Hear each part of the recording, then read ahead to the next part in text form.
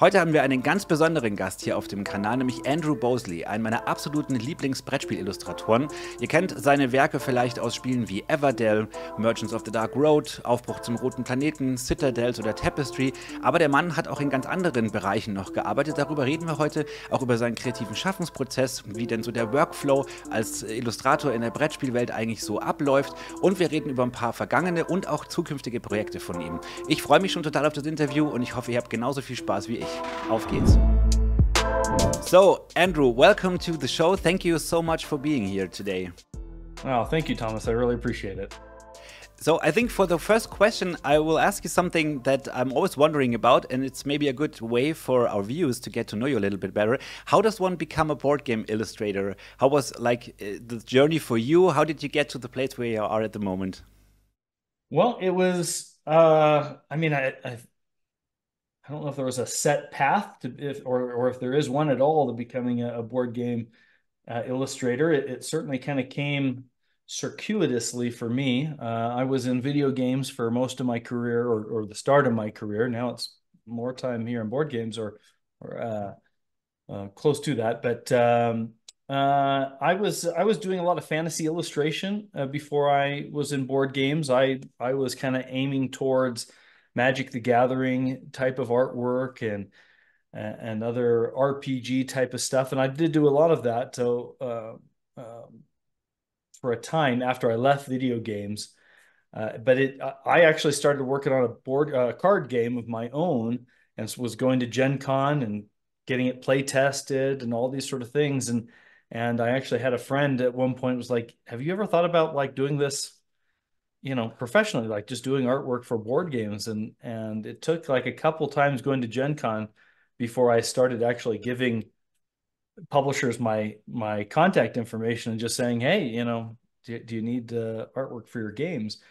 I had done two games previously while I was still doing more video game stuff primarily.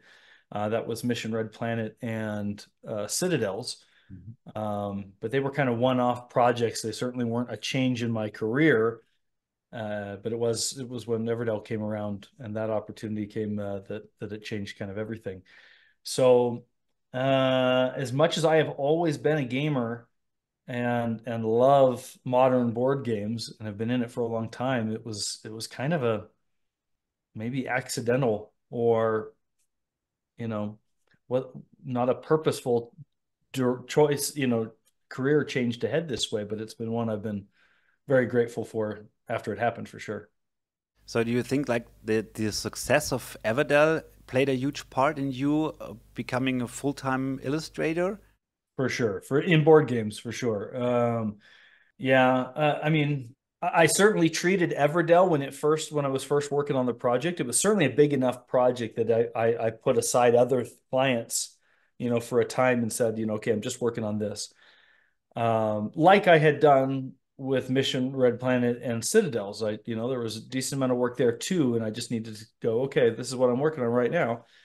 So I wasn't expecting any change when Everdell came along. It just happened that when it was released, I wasn't, or when the Kickstarter happened, I was not quite finished with all the artwork. So people saw the game and saw the artwork while the project was still being finished. And so by the time I finished, the next client came along and said, "Hey, do you have time to work on another game?" And then another game, and then another game. And it just so happened that I stopped kind of reaching out to video game clients and was spending more time in board games, and it just kept going that way. And yeah, that was a great change. I personally have no talent at all in drawing and painting. It's like magic to me if I see this brilliant artwork. Can you tell us a little bit about your process, like how you work from the idea in your mind to the first sketches until the finished artwork that we can see in our board games? What are the different steps that you're taking? Sure. Um, I mean, in pretty much any illustration I work on, I go through the very, very similar steps. Right from the very beginning, I need some sort of information to go off of. What is the concept? What is the direction for what I'm doing? If it's a client, they're providing that information to me. I'll have a theme ahead of time. I'll know what the game is about. But they'll of course give me some further information. This card does this, and we're thinking that this type of artwork would be nice to have there.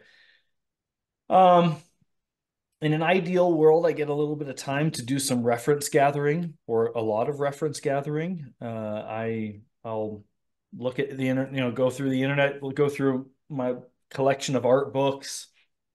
I'll find the things that it might inspire me, whether it's color related or certainly if I'm illustrating something specific, something that's real, I might grab images of those things. If I'm painting a rabbit, I need pictures of rabbits. So you know, uh, but that always happens. But what I sometimes don't get a chance to do is really just spend the time finding other things that might spark, really creative, interesting ideas. I mean, I still try to do that in every image I do. I want to be different, do something different than the last thing I did. And so it's sometimes a luxury I can have and sometimes not. But from there, it goes straight to sketches. I will work on, in the case of covers, I'll work on a variety of compositions in a sketch form, enough to just kind of see where the placement of everything is, the important elements of the image are, and I'll get those approved. In the case of cards, for a game, if I've got 30 cards, usually we don't have the time to go through, multiple variations, for each card. I'll do that maybe at the beginning of the project, and then the client usually trusts me to come up with a good solution. But they'll approve it. My clients will always see a sketch and then they'll go, yeah, that works. Go for it. I always go from sketch to what I call a color rough, which is then adding individual colors, a red shirt, a green ball, whatever it may be, and then I light that. So by the time I'm done with my color rough, the um, the overall look of the illustration is pretty much there. It's just missing all of the detail. And then that's the last part, maybe the last 50-60% of the illustration is just polishing it up and making it look pretty. That's pretty much what I do for every single illustration. So it gives me a chance to review each step of the way. Like, am I happy with what I'm doing so far? And then not second guessing after I've gone past that stage. If I like the composition, I don't need to, I might make little tweaks later on, but not anything really, really big. And it's the same for my clients. Like, for time reasons, they can approve this big picture idea, and then I don't need, I can expect that they're not going to come back and say, well, we changed our mind and we want you know, a porcupine instead of a rabbit, and I've got to change everything. But that's pretty much the process though for the whole way. Some pieces take longer than others. It's certainly not a science, but I've done it enough times that now I can usually budget an appropriate amount of time for each piece. So you're constantly in a feedback loop with the publisher and the developers in every stage, so that you get like the appropriate feedback ahead of time. Yeah, yeah. I try to have really good, transparent communication with all my clients. I'm pretty easy to get a hold of. So, um, the yeah, I mean, but also self-sufficient enough that I could give them what I get the information I need and move forward without having to ask them questions constantly. And I think it works out to be a really good partnership. And do you feel a little time pressure during some of these projects, or do you think you have enough time? I think it's probably an industry where it's always a little time constrained. But do you have the feeling that you always can get to the point where you want to as an artist? I always get the art to a place that I'm happy with and I'm proud of. So I always deliver, you know, uh, what I intend. It's to a level of quality that I'm happy with and I know my clients will be happy with. And so sometimes that takes a little bit longer than others. And so yes, all the time I am stressed about time.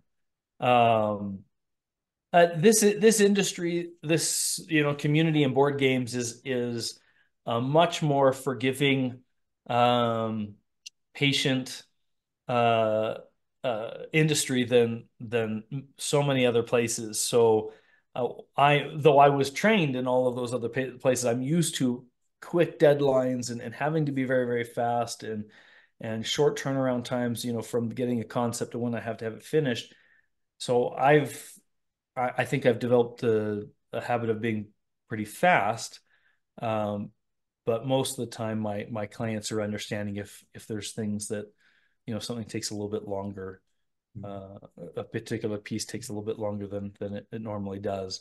But everybody's really, I put that pressure on myself. I don't often get it from my clients. Hmm. Yeah, like in most cases, we always put the pressure on ourselves to get out the best work, right? Do you like can think of any project that was like the largest project you ever did, like in terms of the amount of artwork you had to produce in the short amount of time? Um, uh, Time wise, it's hard to. I mean, the largest project is probably currently Flow, which is a game I'm working on with Fantasia Pika Games. Really, really fun game. Really extensive world that we've established, and lots of art for it. I mean, that's for a base game. I mean, Everdell, I think will always. Well, Everdell at the moment probably has, if you include all the expansions, probably has the largest amount of art in it as a whole. Um, but those were I treated those like individual projects, and when I finished them, I could move on to something else. Flow is one that I love being a part of and I love working on. So it's a pleasure, but yeah, it's a lot of artwork and a big world that the players will explore. And so with that, it takes a lot of time. I've been working on that for a couple years now. Well, speaking of Everdell, have you ever been at a point where you thought, I can't imagine any more animals, or do you have still some in mind if there's another expansion someday? Well, I'm currently not working on Everdell projects. I after my little Everdell, that was the last project I worked on in the Everdell world. It'll be a surprise if that comes back and I jump back into that world as much as I loved it. Do I get tired of painting animals? And is there ever a point where I've painted too many? There should. I don't know if there is yet. That was kind of the spark for me when I was a kid. A lot of the entertainment and artistic influences for me when I was just a kid were things like Don Bluth films, animated films like Secret of Nim and An American Tail, and certainly early Saturday morning cartoons that had more animal Disney related things, but books like Redwall series. I was doing this for fun when I was 5 years old, and I never stopped.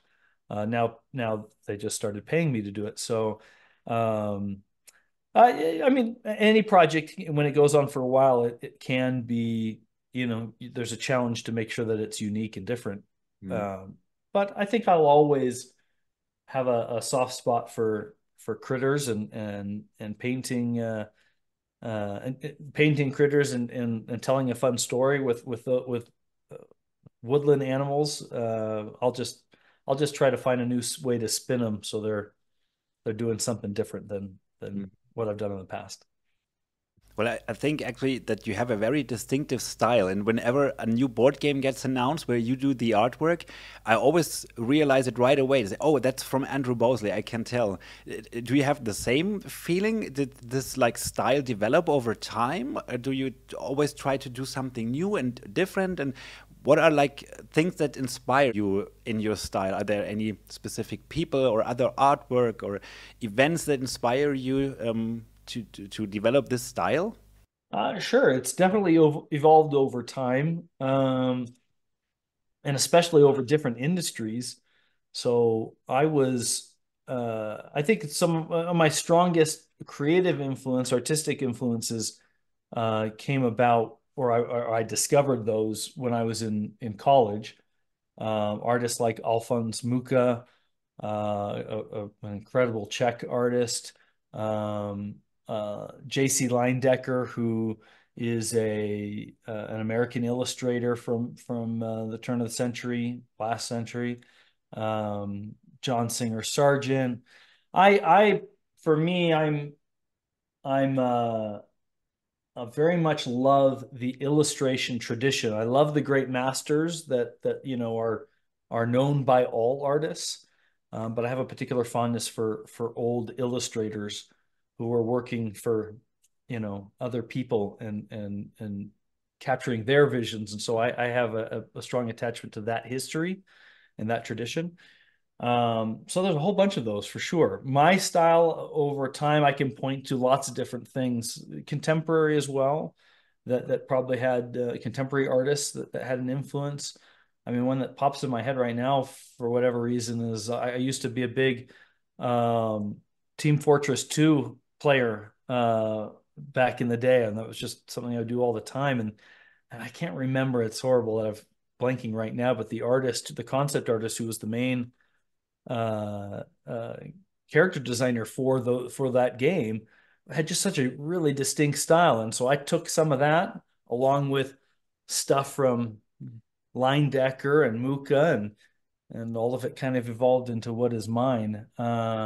Even now, I probably don't know if I mean, I I think I can say yes, this is my style, and this is the range that I work in. But it's funny how those things just sneak up on you. I didn't feel like I had a style 5 years ago, perhaps. Mhm. But it's nice to know that other people think I do or see that, and so maybe it's there.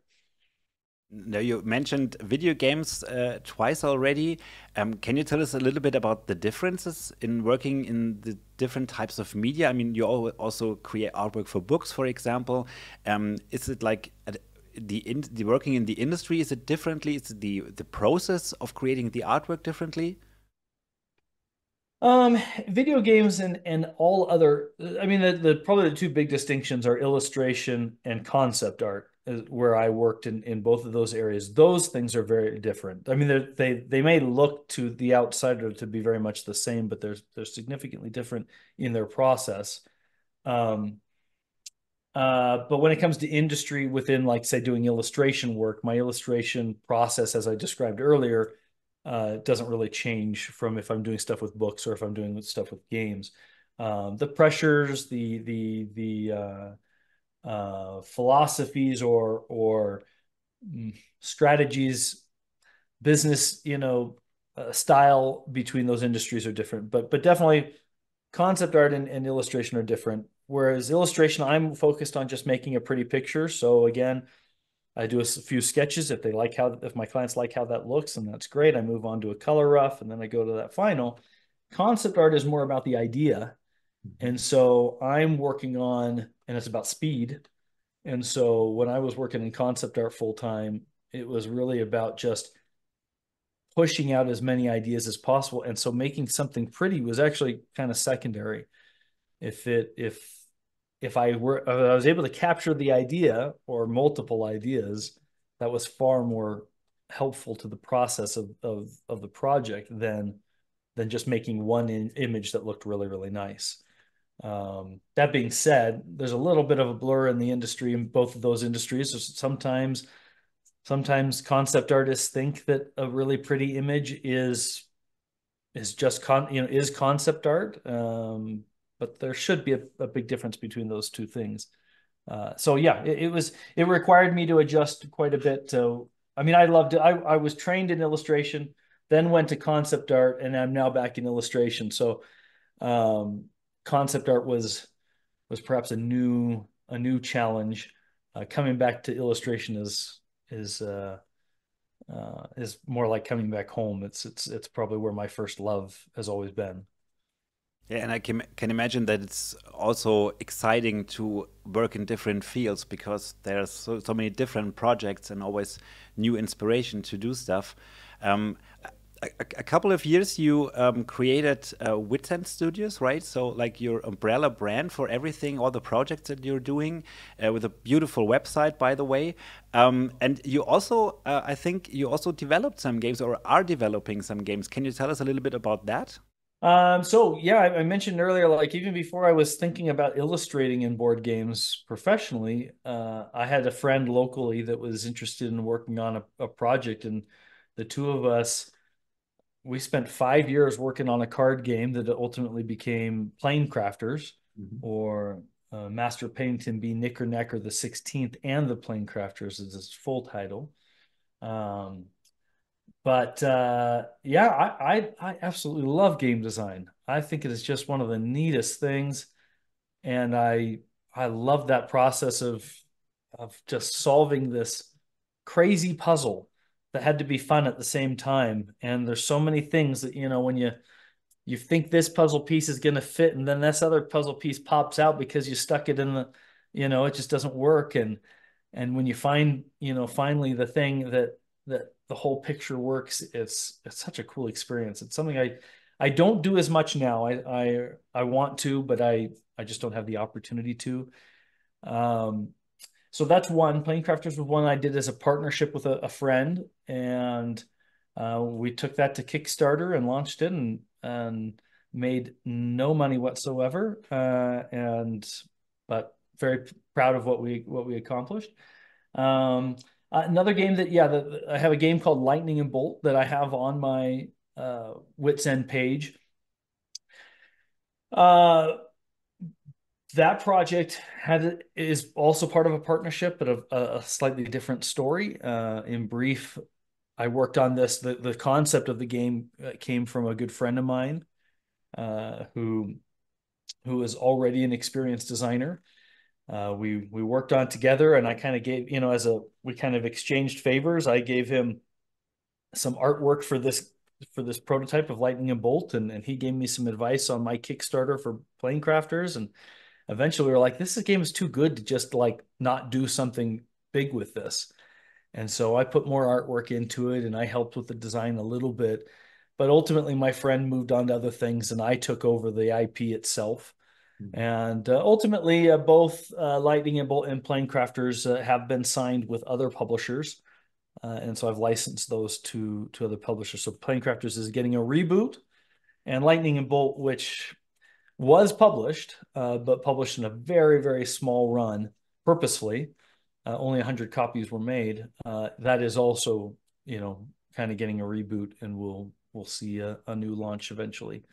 So I don't have much input on the design at this point. I mean, the core of it is there, but it's moved on and has a new life. So yeah, that's a long answer, but I love game design. I want very badly to jump back into it someday. Um, but it's something I think I'll have to wait for a little while before I can. It's great to hear that Lightning and Bolt gets another print run because I haven't had the chance to play it yet. And if only 100 copies were available worldwide, it would be a treasure hunt to get one. It would be. Unfortunately, it was Kickstarter that did their Make 100, and we decided, hey, let's just make these quick. And unfortunately, it was even just US based. We couldn't afford to even to do it larger. Um, But after that initial launch, yeah, I spent years working on new artwork and I became the lead designer for the game, and took over that, and I'm very proud of that one too. So yeah, I'm really excited for when that will come out and more people will be able to see it. So, transferring to another world that you're working in, which are books as well. Let's talk about your newest project, the Smoking Bone Saga, which sounds quite fascinating to me because, as far as I understand, this will be a completely new world that you created, where there are novels and travel guides and board games, and they all reference each other, and it makes this huge world in different types of media. Can you tell us a little bit about the world itself and the main characters? Sure. Yeah, so the Smoking Bones is about Captain Red Jones and his touring company called the Smoking Bones Travel Company. His goal is to take people to the magical places of the world, which unfortunately has discovered that they are starting to disappear from the natural landscape, and he's not sure why. So the the core of the story of what I call the Smoking Bones Saga, which is a series of illustrated novels, um, the core of that conflict, that storyline, is Red Jones discovering that this is happening, these magical places, these important, uh, culturally significant, iconic magical places are disappearing. And he discovers this and then seeks to find out why this is the case. And throughout the course of these books, he discovers the problem and sees that it is a much bigger thing than he thought, and then basically the course he takes to solve this problem, and it becomes a global conflict, or at least a much bigger, involving a much larger group of people than just himself, and the impact of these missing and diminishing wonders, as I call them. So yeah, that's the core of it. Along the way, he's gonna deal with magical creatures and pirates and difficult tourists and any number of things, as he is at the same time trying to solve why this magical world is falling apart around him. I really like the idea. I could get a glimpse because I already have the travel book here with me, the travel guide, the first one, and I was really fascinated about the different types of magical wonders you created. And I mean, it's probably just a first glimpse into the whole world, but they're really different and unique, and there's a lot of creativity in it. I really like that. Have you always thought about doing this in different types of media so that this will be crossovers between novels and or other books and board games? Uh, well, I mean, it originally started as books. I've always been a fan of children's books and illustrated books that told a big story. Um, and there's a long history of that in our world. We just don't have this is something that's kind of fallen away. So I was always attached to the idea of making a series of books. That was for sure always going to happen, at whatever pace I was able to do it. But even before then, there was the travel guide was actually the very first spark for this idea. I discovered a real life travel guide, called "A Thousand Places to Visit Before You Die," something like that. And I just remember seeing this, buying this book, and just thinking, how cool would it be to have a book of 1,000 magical places to visit before you die in our world? Just places that are just hidden away that nobody knows about. And so this book is your key to discovering where those are. That was the core of the Smoking Bones originally, and the name came along. But then eventually, I was kind of like, I have a diagram that I made a long time ago that was just like, okay, here's the travel guide. But then I was like, well, who made the travel guide? Okay, well, this is made by the Smoking Bones Travel Company that had multiple names early on. And then I'm like, well, who are the captains of them? And what are they? How do they travel? Airships, and what stories do these captains have? What adventures have they gone on to discover these magical places? And so it really expanded beyond that to eventually, for sure, come to those stories. So the travel guide was kind of an early thing. It sparked the stories. The stories were always going to be there. It wasn't until, and this all started 10 years ago. So well before I was in the board game industry. It wasn't until I certainly started playing, uh, I was exposed to some of my favorite games, that I started to go, well, maybe this could be adapted into a board game. I've always been a fan of Scythe and Stonemaier games. So, and then eventually I got the opportunity to work with Stonemaier Games to illustrate Tapestry. After that happened, I started getting things ready to start pitching an idea to Jamey Stegmaier specifically about this world. And I for me, having seen Scythe and seeing this big world and turning that into a game, I knew it was possible, and I knew it could be done really well. And so, yeah, I thought this is the perfect way to do this. I think board games themselves are a new media, that an untapped way to tell great stories, just like film, just like books. So to combine them together was something that just made a lot of sense. And fortunately, Jamey Jamie agreed, and after pitching it to him, we created this collaboration that we are in full steam ahead, working on a combination of books and games together, which is going to be a big thing. And do you already have like a time schedule of like in your mind when will each project be released in the future, or will you just focus on the first or the second thing and then see how it's received and how you proceed with the whole thing? There is, well, I should say there, like any game design, with games being involved, game design is not an exact science, and so we've learned as all I'll say this. I have to be careful sometimes, all the time, about what I say about the games. Some things are not public, and some are. But all of the games are in active development right now, and some obviously are further along than others.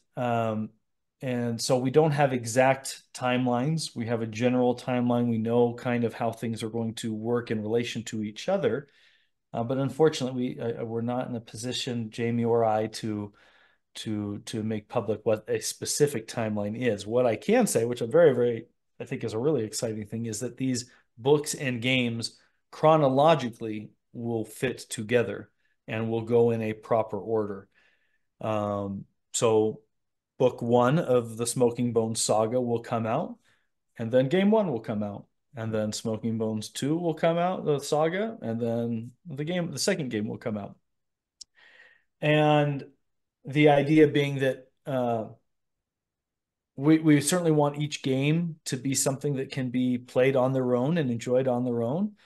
But if you, and the books as well, if you read them on their own, you'll get most of the full story. But if you play them all together, if you read the first book, then play the game and all this sort of stuff, is like almost a literary game uh, saga, series together. It will tell the fullest and complete story. Um, so it's a very ambitious plan and hope, and we do have for sure specific ideas of when those things will be happening, but it's all kind of based on how well the games develop, and then I've got a lot of work to do to create the books, in addition to artwork for games. But if we play everything right, then it's going to be this really epic, I think, unprecedented experience in board games and books together. So I hope it will be received well from the community at the same time. Yeah, I think it's a good approach to have like this bigger picture and the things that referencing to each other, but you don't have to read every book and you don't have to play every game, so that you always have like different entrance points into the world, and somebody who plays like the, I don't know, the second game, then maybe comes back and starts reading the first book because he really likes the world, but he doesn't have to be have read the first book to enjoy the game by itself. I think it's a very smart decision. I also saw a picture of your son on the in the book, so he's also involved in the creative process. He's involved in this travel guide, which is it's what's being released now.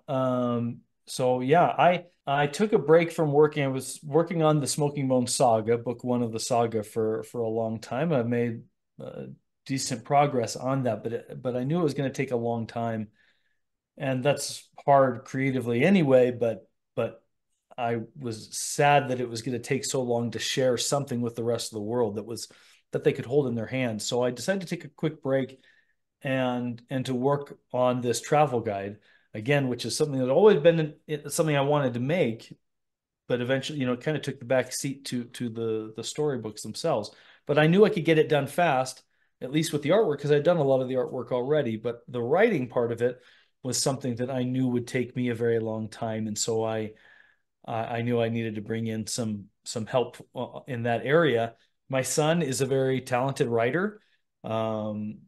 He's an adult and has been developing his writing talents for some time and has his own fan base within the communities he navigates around, and so I knew he would be someone that could capture the vision I was wanting to give in the travel guide.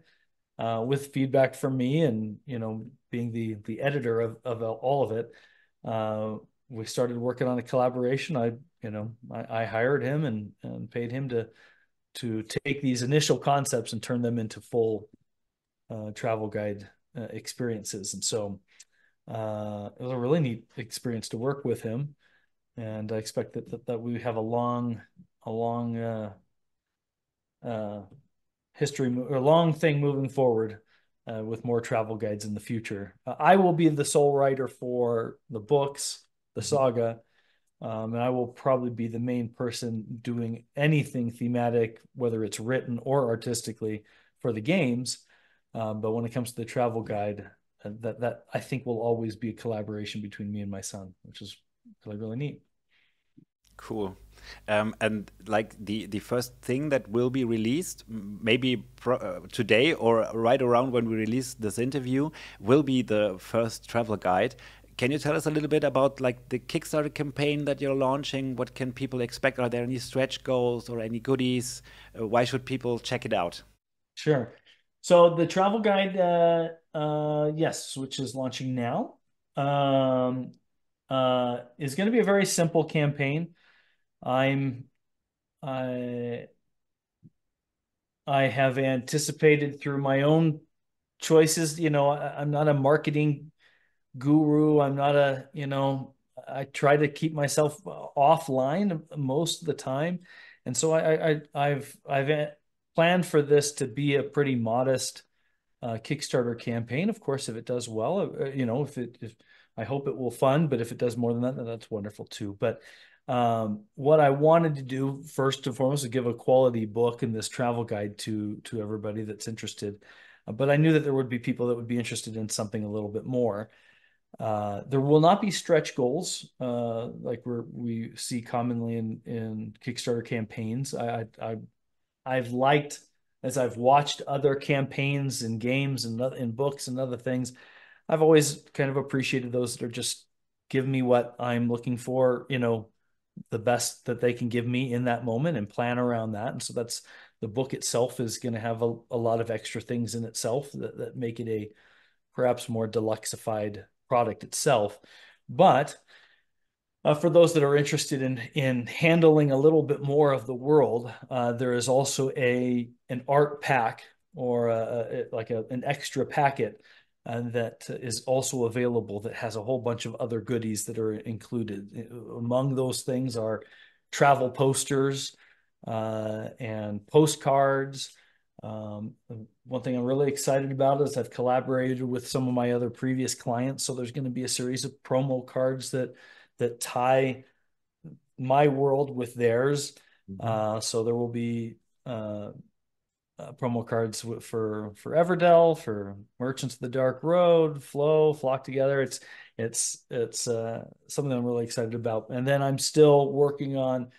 Oh well, there will also be additional things, perhaps stickers, a variety of different perks that will come with this. Then there's also, on top of that, there is one added benefit or one extra reward tier that I'm really excited about that will allow people to be actually themselves a part of the world itself, which I'm really excited to offer through the Kickstarter. A chance to have you personally be in the travel guide in a unique way that I'm very excited about. I'll have to come take a look at the Kickstarter, I think, maybe to see what that is. Now you got me even more intrigued. I already wanted to say that I could read the travel guide already, and I really enjoyed it, and it really makes me wonder what else will happen in this world because all these different wonders, like I said before, they are so different and they're so creative, and it really sparks the curiosity when you read it. What adventures can you fetch around these type of wonders? But now what you just told me, I think I have to go to the Kickstarter page right away to see what's up with that. I can really see that this is a passion project of you for which you have worked a long time. So, is there anything else that you like want to share about it? Something that you want to tell our viewers about it? Um, no, I just appreciate I appreciate this community that, especially given, I mean, when this is coming out right now, uh, this is an unusual project, and I appreciate that people kind of, I'm asking maybe people to take a little leap of faith that this is going to be something, particularly among the board game community that I'm so much involved in. I can't point them to a concrete game quite yet that they can hold in their hands and say, this is going to be important to this, to this game, which I know will be a big hit. Um, I wish I could say more about the games, but like they will make a big impact in the board game community. Uh, so this is just a small little part, a small little introduction leading up to that. And so I appreciate anybody that has an interest in these storytelling pieces, the world building part that artists and designers and publishers put a lot of thought into a game as well, that maybe are not always seen as much. I mean, it's just there in the background while you're playing a game. But for those that have an interest in that side of these experiences, I hope that this will be something that's very rewarding for them. So I do appreciate that. No, we have a lot of big plans for the Smoking Bones. In addition to even the things that I've talked about, I hope to be able to create a large community in the Smoking Bones world that people will feel invested in, personally, to feel like they're part of this world themselves. So we'll see as time moves on if Jamie and I are able to pull this grand scheme off as we have planned, but I know we will. Well, you definitely got me excited. And I think Jamie Stegmaier is a great partner for that because he's also a visionary and has a really good track record with game design and publishing. So I wish you all the best for that. And well, since we are now coming to the end of the interview, one last thing I wanted to ask you, since you're also a board gamer and video gamer yourself, what are some of your personal favorite games, board games and video games? Sure. Well, video games would be pretty easy. Probably my favorite of all video games would be Team Fortress 2, TF2, which was a very fun game that I played a big role in my busy video game career. When I needed to take a break, it was fun to get my friends and we'd all just, shoot each other. Sounds horrible, but we did it. But board games, I have lots. As I mentioned before, I'm a very big Scythe fan. Have always been. Um, some of the ones that have really popped out recently for me, Ark Nova. I'm a big fan of. I was recently introduced to Glenmore 2, which I think is just a phenomenal game. And then even on a really, really simple level, we're big Spots fans here at our house. Dogs and dice rolling and really simple stuff like that.